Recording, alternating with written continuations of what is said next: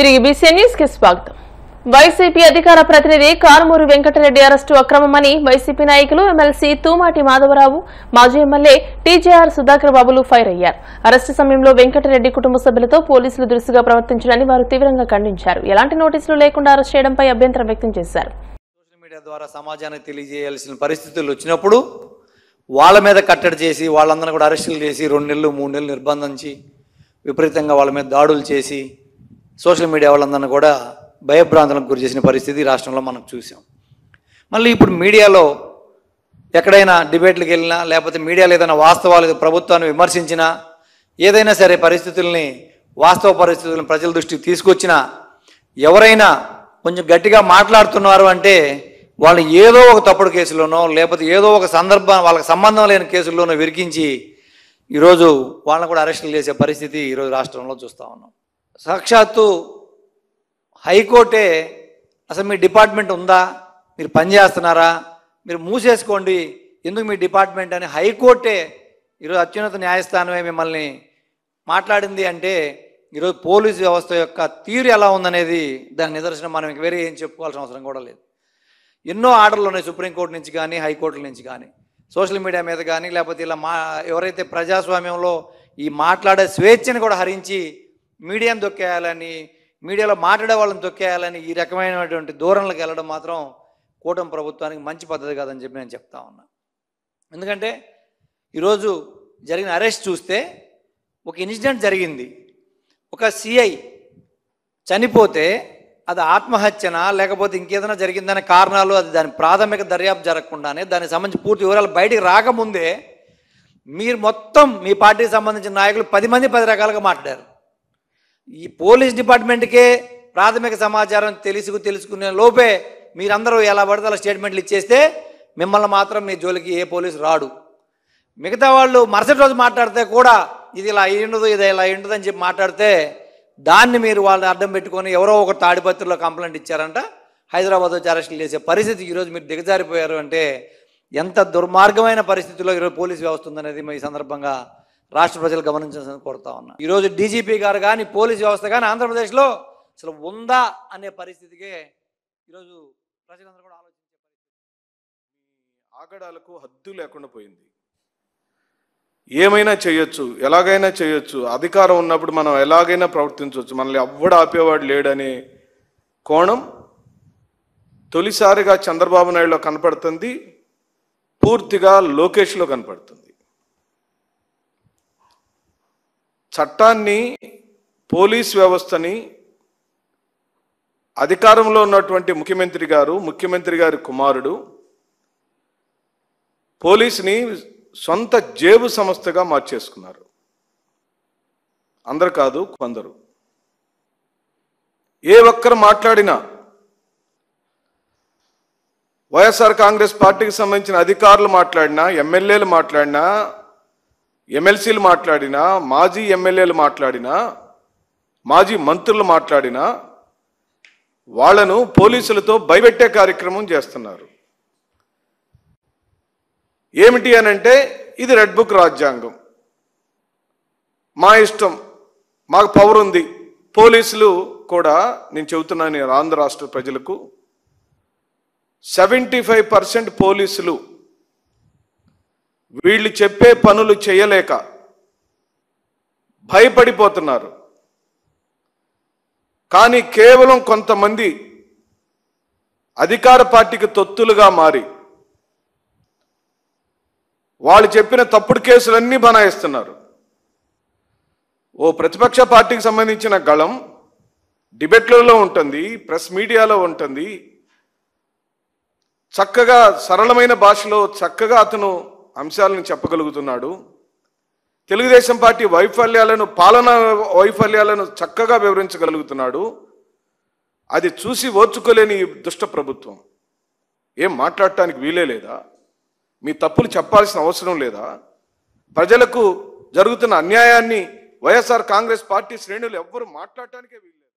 పశ్చిమ గోదావరి జిల్లా నరసాపురం తీర ప్రాంతంలో వేట సాగించే 300 మంది మత్స్యకారులకు రామకృష్ణ మిషన్ సహకారంతో చేపలు వేటాడేందుకు ఉపయోగించే పడవలను అందించనున్నట్టు జిల్లా కలెక్టర్ చదవాడ నాగరాణి తెలియజేశారు. తొలి విడతగా 100 మందికి అందించేందుకు రామకృష్ణ మఠం ముందుకు వచ్చిందని అన్నారు.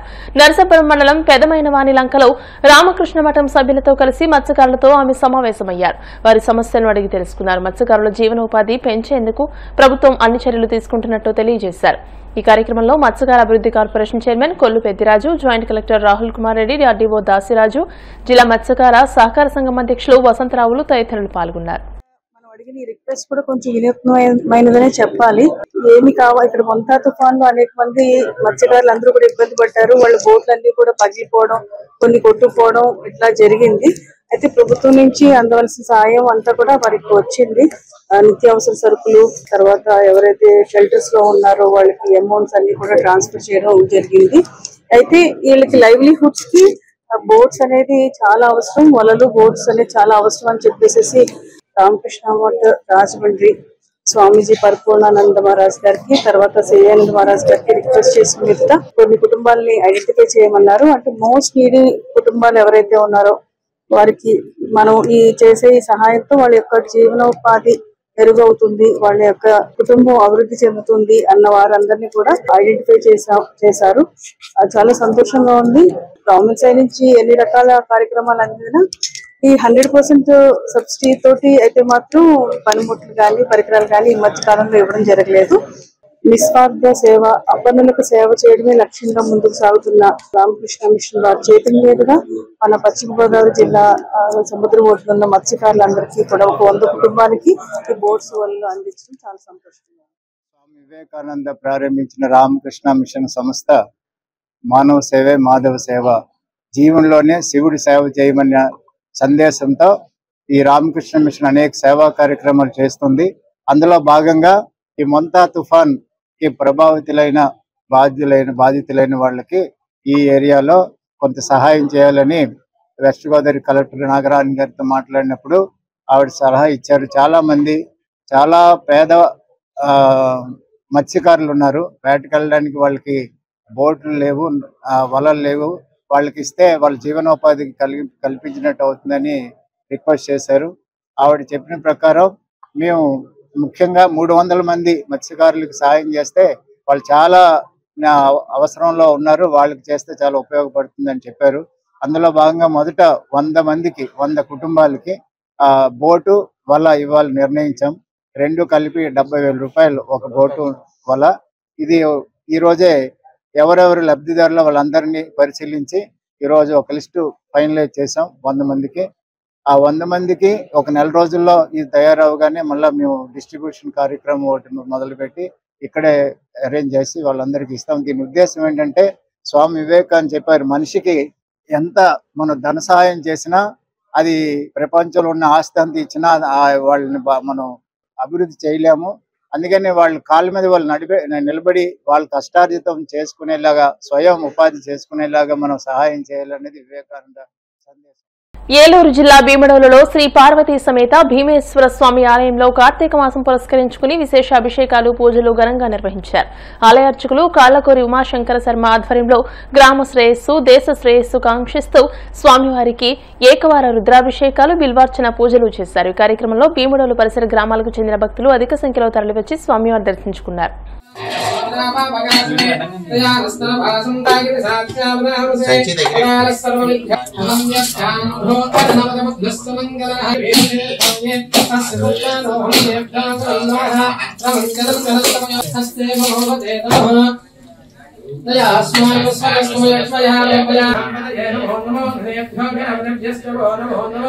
स्वरूपेभ्यश्च वो नमो नमः महत्यक्षल्लकेभ्यश्च वो नमो नमः यत्कर्माभ्यश्च वो नमो नमः पुञ्जिष्टेभ्यो निशाखेभ्यश्च वो नमो नमः मृगयेभ्यश्च वो नमः ओम हर हर नमः सोमाय नमः स्वाहा सर्वयच्छाद्वाः श्रेयस्संगत्ता मृगन्ना भीमः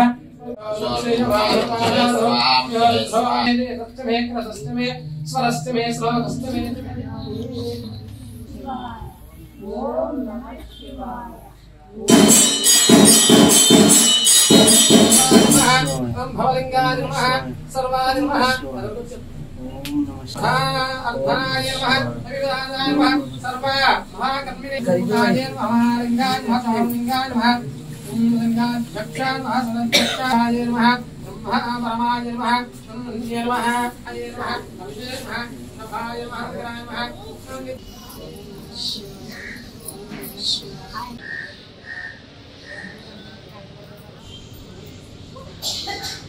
कांगे एकत्व कामे सरंगत्ता सवासाधेनवल्लभाद्रिय सर्वावस्य विद्यता सृष्टिकर्ता ब्रह्मलोक भौतिले गोविंदलोके संहादे धर्मादे राजराजेश्वरी राजधानी राजवल्लभः राजप्रभा राजवीरलवे सुनजस्रदः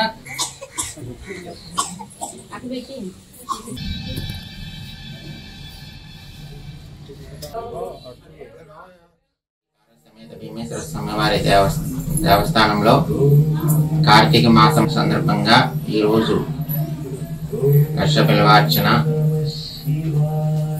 దేవాదాయ ధర్మాదాయ శాఖ వారి ఆధ్వర్యంలో భక్తుల సహకారంతో దిగ్విజయంగా పూర్తయింది. గ్రామం క్షేమంగా ఉండటం కోసం గ్రామస్తులు భక్తులు దేవస్థానం కలిసి ఈ పార్వతీ సమేత భీమేశ్వర స్వామి వారికి రుద్రాభిషేకము లక్ష బిల్వార్చన జరుపుకున్నారు. కావున ఆ పార్వతీ సమేత భీమేశ్వర స్వామి వారు అందరినీ చల్లగా ఇలవేళలా కాపాడాలని కోరుకుంటున్నాం. కలియుగ ప్రత్యక్ష దైవం తిరుమల శ్రీవారిని పలువురు సినీ రాజకీయ ప్రముఖులు దర్శించుకున్నారు. వీఐపీ ప్రారంభ విరామ దర్శన సమయంలో ఎంపీ వేమిరెడ్డి ప్రభాకర్ రెడ్డి, ఎమ్మెల్యే ప్రశాంతిరెడ్డి దంపతులు, తెలంగాణ మంత్రి పొన్నం ప్రభాకర్, సినీ నిర్మాత నాగవంశీ వేరువేరుగా స్వామివారి సేవలో పాల్గొని మొక్కులు చెల్లించుకున్నారు. దర్శనానంతరం వీరికి రంగనాయకుల మండపంలో వేద పండితులు వేద ఆశీర్వచనం అందించగా ఆలయ అధికారులు స్వామివారి తీర్థప్రసాదాలు అందజేసి పట్టు వస్త్రంతో సత్కరించారు.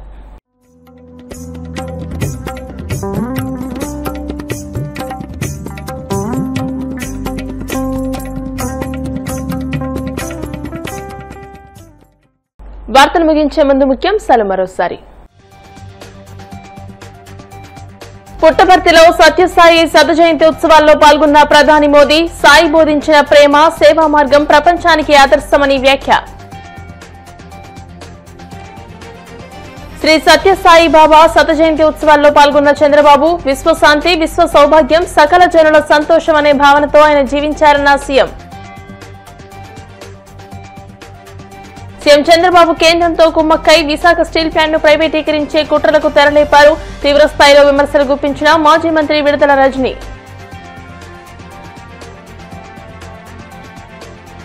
తిరుమల శ్రీవారిని దర్శించుకున్న పలువురు సినీ రాజకీయ ప్రముఖులు, ఆలయ మర్యాదలతో స్వాగతం పలికిన అధికారులు.